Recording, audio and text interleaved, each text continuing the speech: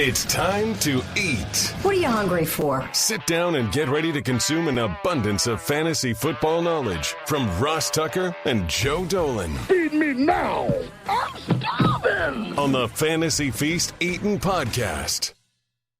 Yeah, let's eat, baby. It is the Fantasy Feast Eating Podcast, the show that's so nice we do it twice. He is Joe Dolan. He's a verified, proven fantasy rock star at FG_Dolan on Twitter. FantasyPoints.com is where you find them. Just make sure you use the code FEAST when you go there so that they know that we sent you. I'm Ross Tucker, former NFL offensive lineman, a bunch of different podcasts, a bunch of different teams. I just like football, and I just dislike real jobs. So that's what I'm all about, trying to avoid a real job like the plague. Joe, let's dive right into it. People already know about spreading the word via social media, and they know about FantasyPoints.com, code FEAST. I want them to know about the Chargers and the Miami Dolphins. Hey, Tua looked pretty good, Joe. Yes, he did. And, you know, I thought it was weird. It came on the heels of an Adam Schefter report that was very curiously phrased. And it was saying, hey, the Dolphins made the move from Tua to Fitz, or from Fitz to Tua, even though they thought it made them probably worse as a football team because they wanted to evaluate Tua. Well, no crap. Of course you want to evaluate him. But Schefter had in there that part of the reason was because they have a ton of draft picks.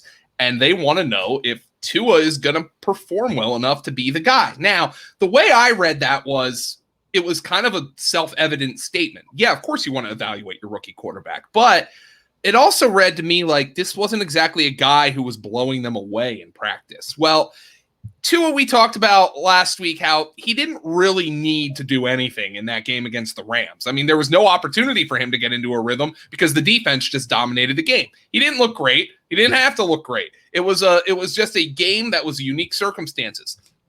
Last week against Arizona, he needed to look great in order for them to win the game, and he did. So an impressive performance by Tua, all things considered. The problem with Miami is an absolute dumpster fire for fantasy right now. Preston Williams has the foot injury, so you don't know what's going on there. The backfield's a mess. Is Matt Breida going to play this week? Salvon Ahmed was their best-looking running back last week. Not exactly the type of situation I want to delve into. Jordan Howard has 10 carries for 19 yards in that game, and his yards per carry average goes way up on the season because he came in with under a yard per carry average. So it's a bad run game. Mike Gesicki is a mediocre tight end one. The guy who I feel good about, and pretty much the only guy I feel good about for fantasy for Miami, with Preston Williams injured, is Devontae Parker at this stage. When you consider all the weapons that Tua doesn't have, and how he played last week against Arizona, I think you have to be even a little bit more impressed. A guy to keep an eye on, though, especially if Preston Williams is going to miss significant time, Jakeem Grant. Keep an eye on him. He's their return specialist, but he had 5 targets in that game. They needed him. They traded Isaiah Ford, They traded him to the Patriots at the trade deadline. So there is not a lot of wide receiver depth here, and maybe Jakeem Grant can benefit from that. On the other side, the Chargers, Joe. I mean, it's uncanny how good Herbert is, and they still lose. Yeah, I mean, guys, here's what happens sometimes for fantasy. I think Justin Jackson tweaked that knee in warmups or on the first snap of the game. And look, he had been a guy. I lost a lot of money in DFS last week because I invested into Justin Jackson. It was a fluky injury. I don't know what's going to happen with that backfield. We're going to have to keep an eye on reports this week. Kalen Ballage, of all people, comes out and plays the best game of his NFL career. It's a Kalen Ballage revenge game, by the way, if you're interested in that. At this stage, this backfield is a mess. We have to keep an eye on the status of Justin Jackson and also the status of Troy Maine Pope, who broke out in week number 8 and then was unable to play last week because of a concussion. So keep an eye on him. But in this matchup, Justin Herbert The pressure is going to be critical. I think he's going to get the ball out quickly to Keenan Allen. You play those two guys every week. Hunter Henry is snake bitten. He cannot get in the end zone, but he almost had a touchdown late in that game against the Raiders. Keep an eye on the status of Mike Williams, who got hurt on that near catch at the end of the game against the Raiders as well. So the Chargers are a team outside of Herbert and Allen. There's too many questions to answer as we record this on a Wednesday.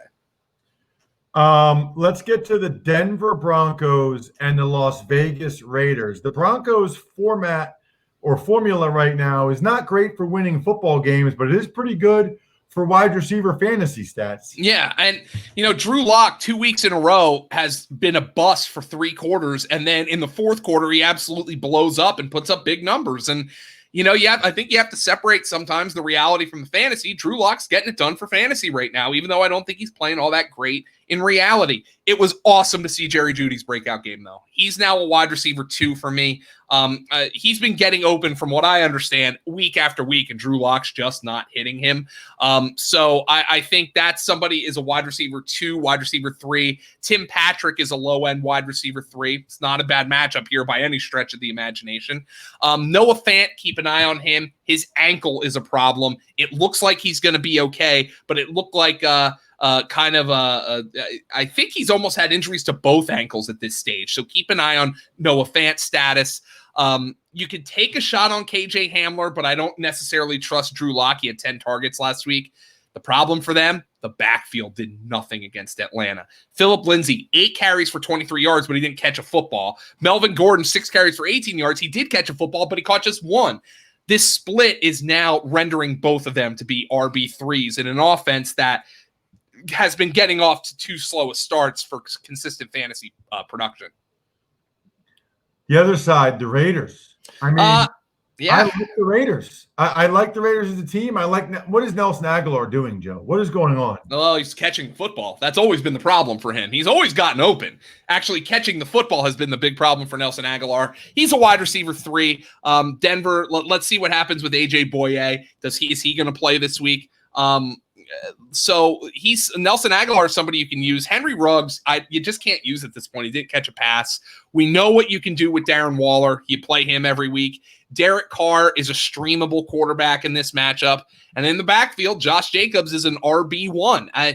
Sometimes it's like pulling teeth with him, but 14 carries, 65 yards, and a touchdown last week. I think he's dealing with a little bit of a knee issue, but he's playing through it, and he's playing through it well. The wide receiver core for the Raiders is a little shook up right now. Aguilar seems to be the guy that they trust the most on the perimeter, and I think you could keep rolling with him as a wide receiver 3. Buffalo, Arizona. I expect a lot of points. I expect a good fantasy performance here. Yeah, you expect a lot of points, and so does Las Vegas. Ross, this is a line of 56.5. It's the highest of the week. I mean, let's not put too fine a point on it. Let's not stand on ceremony here. Start them. Start them all. This is a start them all football game. Josh Allen, John Brown, Stephon Diggs, get him in there. Start him. Cole Beasley, start him. He's been quiet a little bit. Zach Moss and Devin Singletary, those are the guys. They're both kind of flex plays. I prefer Moss at this stage, but it seems like you have to get lucky. But Buffalo is throwing the football. Buffalo is throwing the football aggressively. Buffalo is going to continue to throw the football. Josh Allen is a different quarterback when John Brown's out there. You're just starting them all in this passing game. On the flip side, we're looking at Arizona. Start them. Start them all. Kenyon Drake is back in practice this week. That's going to muddy up that backfield a little bit. But that passing game, man, do I love it this week. Do you know, Ross, that Kyler Murray is averaging 12.8 fantasy points per game as a rusher alone this year? No, but it doesn't surprise me. That's 2 fantasy points per game more than Lamar Jackson averaged as a rusher last year. He is having a monster fantasy season. And in addition to that, he is starting to look really good as a passer. In terms of all-around play, I know he had the fumble 6 against Miami last week, but in terms of all-around play, I think Kyler Murray threw the ball better against Miami last week than I've seen him throw the ball in his NFL career. That's a very good defense, and he picked them apart. The guy who I think is going to be the biggest beneficiary, as he was against Miami, is Christian Kirk. Why? Because I think Tre'Davious White can match up, and shadow DeAndre Hopkins. That doesn't mean Hopkins isn't going to get his, but last week, Christian Kirk was the beneficiary of Miami's coverage honing in on DeAndre Hopkins. Hopkins had just 3 targets. Christian Kirk's getting wide-ass open down the field. Christian Kirk, Kyler Murray are going to be massively popular in DFS this week. Yeah, they are. Speaking of DFS and speaking of a high total for that game, we do both of those. DFS totals, all of it at DraftKings. This Sunday will truly be a Sunday like no other. With this weekend's major golf tournament, along with both professional and college football, no shortage of action. DraftKings Sportsbook, America's top-rated sportsbook, wants to put you in the center of the action with so many different ways to make it rain. If you haven't tried the app yet, head to the App Store now. You do not want to miss them insuring your bet up to $100. Risk-free $100 bet. Are you kidding me? Download the top-rated DraftKings Sportsbook app now. Use promo code Ross when you sign up to get this can't-miss offer. DraftKings Sportsbook is insuring your Sunday bets up to $100. That's right. You bet, and they cover up to $100 when you use promo code Ross during sign-up. Limited time, only at DraftKings Sportsbook. Must be 21 or older. New Jersey or PA only. Risk-free coverage paid out in site. Credits, restrictions apply. See DraftKings.com/sportsbook for details. Gambling problem? Call 1-800-GAMBLER. And call up Joe Dolan at fantasypoints.com and ask him about the Niners and the Saints, Joe. Well, the Saints got healthy last week, and the numbers weren't all that huge for some of the key players in that game because they frankly didn't need to be because Tom Brady was just turning the ball over at a prodigious rate that we're not used to seeing from him. Taysom Hill obviously goes, he's got 54 yards rushing, but you know what you're doing with the Saints. You can play Drew Brees in this matchup against San Francisco with all their injuries. You play Michael Thomas. Emmanuel Sanders is a wide receiver 3. Alvin Kamara is a wide receiver 1, and a running back 1. And if you're desperate for a running back, keep in mind, New Orleans is a 9-point favorite in this game. Maybe you can throw Latavius Murray into your lineup. The Saints are a narrow fantasy team. Jared Cook you can use as well, even though Adam Troutman got in the end zone. But as I mentioned with Tampa Bay on our last podcast, that was kind of a throw the tape out kind of game for me. New Orleans won that game by a margin I don't think anybody could have anticipated. They even got Jameis into the game to throw a couple passes. I don't think that's going to happen again this week, but New Orleans should win this game pretty comfortably, which opens things up for Latavius Murray in the run game late. What about the Niners? I mean, I don't even know who's playing for them. I haven't even paid attention. JaMychal Hasty was a big bust for them last week. 4 carries for 3 yards. Jerick McKinnon, RB2 at this stage. They got him back in the lineup after that bizarre couple of weeks. Nick Mullins is the quarterback. Richie James is I guess the top receiver, although Brandon Ayuk will probably play this week as he comes off the COVID list. It's a mess for the Niners. I think Ayuk's a wide receiver 3. McKinnon's a running back 2. I guess you can go with Jordan Reed, but the problem is they get Ross Dwelly involved at tight end. I'd prefer to avoid both of them. The San Francisco is one of those teams that right now probably isn't helping you too much down the stretch for fantasy. Let's get to Seattle and LA. The Rams and the Seahawks. Feels like there could be a lot of points and a lot of fantasy performances in this one, Joe. Ross, you should be setting the lines in Vegas because I mentioned that the 56.5 for Buffalo and Arizona is the highest of the week. Well, this one's right behind it at 55.5, and these two games are degrees of separation away from the rest of the field. So these two games are going to be the games where you're going to see the most game stacks in your DFS contests, and that's self-evident. We talk about Seattle every week. DK Metcalf is the safer play than Tyler Lockett. I thought Lockett was going to be the guy last week against Buffalo. I was disappointed in his stat line, although he almost had a couple of touchdown catches. So I'm not going to freak out about that. Russell Wilson almost made a huge play on him on a kind of a sail route into the corner of the end zone. Russell Wilson did not play well in that game. I don't expect that to continue against the way against Buffalo last week. I don't expect that to continue against the Rams. But DK Metcalf's a wide receiver 1. Tyler Lockett's a wide receiver 2. Russell Wilson's obviously a QB1. Your focus now is on the backfield. Does Chris Carson and or Carlos Hyde play this week? If so, DJ Dallas isn't even worth considering. if they don't, DJ Dallas, who played a low number of the snaps because they were playing from behind, they put Travis Homer in there last week. I would think DJ Dallas once again is going to be on the RB2 radar if Hyde and or Carson can't play. And on the other side with the Rams, Joe? Yeah, they're coming off a disastrous performance. I mean, Jared Goff threw 62 passes, but they were never competitive against the Dolphins. And then obviously they went on bye. They got to figure some things out. This offense, it looks like a Ferrari, but it drives like a Civic.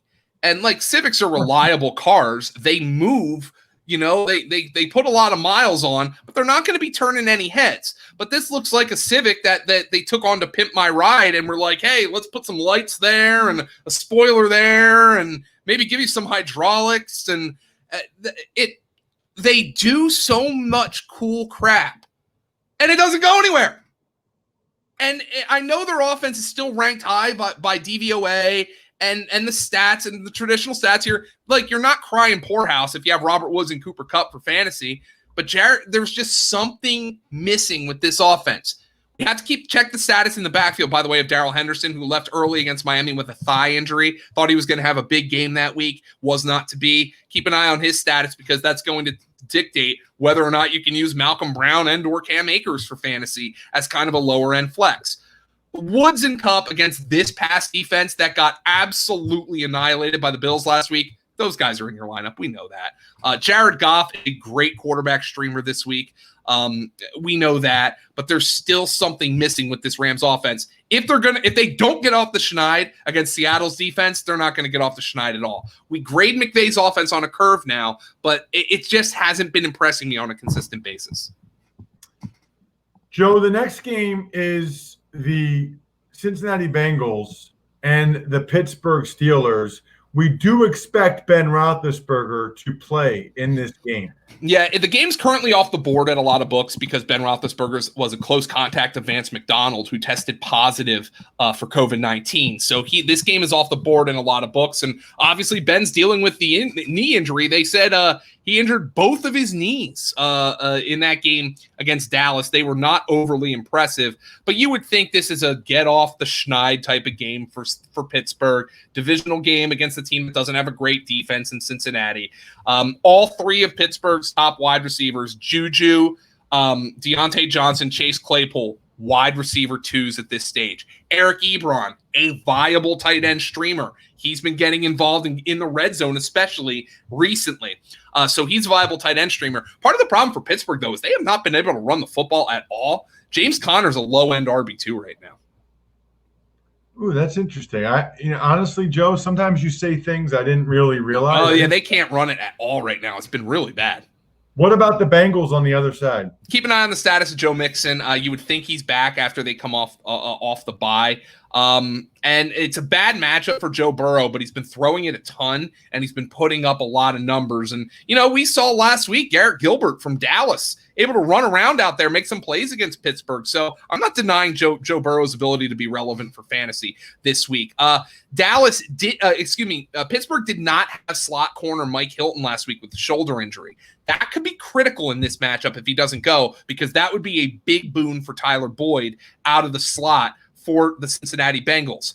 If he doesn't go, you're playing Boyd anyway, but if Hilton doesn't go, Boyd's a viable wide receiver one this week. Would be an interesting play for DFS because you might want to avoid, Burrow in the passing game against the Steeler defense. But if Mike Hilton doesn't go, could be a big matchup for Tyler Boyd. T. Higgins, AJ Green, both wide receiver threes at this point. And whichever of Mixon or Gio Bernard starts for the Bengals, they're a running back two against this Pittsburgh defense. Next up, we've got Baltimore at New England. I'm curious to get your thoughts on the Ravens and the Patriots. Cam looked better. Jacoby Myers, one of our listeners, Joe, I forget who it was, tweeted me at Ross Tucker NFL. He's at FG_Dolan about Jacoby Myers versus Cole Beasley. Interesting. And what would you have said? I'm not going to tell you what I said. What would you have said? Last week, I would have said Cole Beasley. This week, I'm saying Jacoby Myers, and maybe that's just – I said nice. I liken Myers to kind of to like Travis Fulgham in Philadelphia, not stylistically, but like in that Philadelphia drafted J.J. Arcega-Whiteside to be their next X after Alshon Jeffrey. Has not been the case. Has not produced. But Fulgham is, if J.J. Arcega-Whiteside was doing what Travis Fulgham is doing, you'd be like, good pick. You passed on DK Metcalf. That's not great, but good pick. He's producing. So they've got that from him. In New England, Jacoby Myers is producing at a level that they probably want N'Keal Harry to produce. And if N'Keal Harry was doing this, you'd be like, great pick. But Jacoby Myers is the guy who actually produces. It is clear that Cam Newton looks better throwing the ball to Jacoby Myers in the same way that Carson Wentz looks better when he's throwing the ball to Travis Fulgham. It is somebody that Cam Newton trusts. Jacoby Myers right now, for me, in this matchup, he's pretty much the only Patriot I want to play. Damian Harris is dealing with a chest injury. The rest of that backfield is a mess. It's Jacoby Myers or bust for me. Although Cam Newton, believe it or not, has five QB1 games in his 7 starts this year. Based on the way he has played, you probably wouldn't expect that. That is the upside of the rushing that Cam Newton gives you. He certainly looked better last week. Jacoby Myers has become his go-to guy. I thought Damian Harris did some good things. He looked great. Burkhead did. They just have too many of them. They have too many backs. Damian Harris got hurt, and maybe if Harris doesn't. Here's the other problem with them. Sony Michel has been designated to return off IR, so he can come back at any point. So that could be another wrench in that backfield, and this offense simply isn't good enough to sustain multiple fantasy running backs.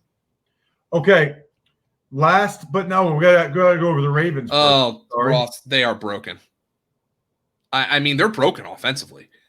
Lamar Jackson is not throwing the ball outside the numbers at all. It is killing Hollywood Brown. Mark Andrews has been a mediocre tight end starter. Lamar Jackson has been a mediocre fantasy quarterback. The run game was atrocious against Indianapolis. Now, I don't think New England is going to stuff the run the way Indianapolis did. As a matter of fact, I think this is a great game for Baltimore's run game to get off the schneid because New England, according to Football Outsiders DVOA, has the second worst run defense in the entire NFL. So we'll see what the status is of Mark Ingram. And there's the other problem, though. They have too many damn running backs. If Mark Ingram plays, they got 3 running backs. I don't know who to trust here. So for me, it's Lamar Jackson. You have to start him. You have to start Mark Andrews, and Hollywood Brown's a wide receiver 3. But until we learn more about that backfield, I don't feel comfortable about any of them. J.K. Dobbins has the 100 yards against Pittsburgh, and then he does nothing against Indianapolis's great run defense. That offensive line is a problem for the Ravens. Lamar Jackson is a problem for the Ravens. They are broken offensively, and they are not helping you for fantasy in any way whatsoever. Minnesota is helping you for fantasy. In fact, if you have Dalvin Cook, Joe, you are winning leagues right now. Can he do it against Chicago? I mean, obviously you're playing him. Will he do it against Chicago again? I mean, you're obviously playing him. I wouldn't be chasing the 200 yards this week. He's not on the main slate, by the way. Chicago, according to Football Outsiders DVOA, has the 7th best run defense in the NFL. Green Bay was 20th in that department. Detroit, 25th. So there's a very clear upgrade here in terms of quality of defense. But that doesn't change the way Mike Zimmer has played his dream the last couple of weeks. They're running the ball on like 64% of their offensive plays the last 2 weeks. That is Mike Zimmer's dream, and it is crushing Adam Thielen and Justin Jefferson. That being said, I think they might have to throw it a little bit more because I think Chicago's run defense is going to be more stout. We saw what Chicago did to Derrick Henry last week. 2 weeks in a row, Chicago plays the 2 most old school foundation offenses in the NFL. Tennessee and Minnesota, 2 teams that really build on the run game and 1 running back. Chicago did it against Derrick Henry last week. Can they do it against Dalvin Cook? Yes, you're playing Dalvin Cook, but I actually think Minnesota might need more from its passing game this week against the Bears. Let's get to the Bears. I mean, they're a tough watch. They're a tough fantasy team, Joe. They're a really tough watch. The offensive line's a huge problem. David Montgomery is in the concussion protocol for Chicago. That's a problem. And by the way, he has an extra day to get ready. But if you're looking to play Montgomery, he doesn't get cleared. He can get cleared Monday and play the game. But if he doesn't get cleared by Sunday, you're going to have to make a different decision on David Montgomery. He has RB1 usage and low-end RB2 production. Part of that is on him. Part of it's on the offensive line. Part of it's on the quarterback here. Now, fortunately, Nick Foles, he threw the ball a bunch last week, 52 times. I don't think anybody would have thought looking at that game that he threw for 335 and 2 touchdowns, but he had to against Tennessee because they were playing from behind. Don't know if that's going to be the case this week. If Montgomery doesn't go and they rule him out, Ryan Nall is probably going to be their top running back. He caught a touchdown pass last week. Allen Robinson is a wide receiver 1. Darnell Mooney is a wide receiver 3 this week. Jimmy Graham, you can play him as a tight end 1. But as you said, Ross, it is pulling teeth with this offense. The production's there at the end, but good Lord, are they a tough watch. Don't make it pulling teeth for us to get you to at least check out fantasypoints.com. Use the code FEAST. It's awesome. It's Joe's life work at this point. You can hear his passion. You can hear the knowledge. There's like 10 guys very similar to him that are just pouring their heart and soul out on fantasypoints.com every single week. Throw the code FEAST in so they know we sent you. You'll be very, very glad that you did. Even if you don't need it for your fantasy league. It's just a treasure trove of information. And check him out on social media at FG_Dolan. I'm at Ross Tucker NFL everywhere. You can see Joe being totally NASCAR racer pimped out at youtube.com/Ross Tucker NFL. I'm stuffed. We're done. Thanks for listening to the Fantasy Feast podcast. Make sure to also subscribe to the Ross Tucker Football Podcast, Even Money, Business of Sports, and the College Draft. All available at Apple Podcasts, rosstucker.com, or wherever podcasts can be found.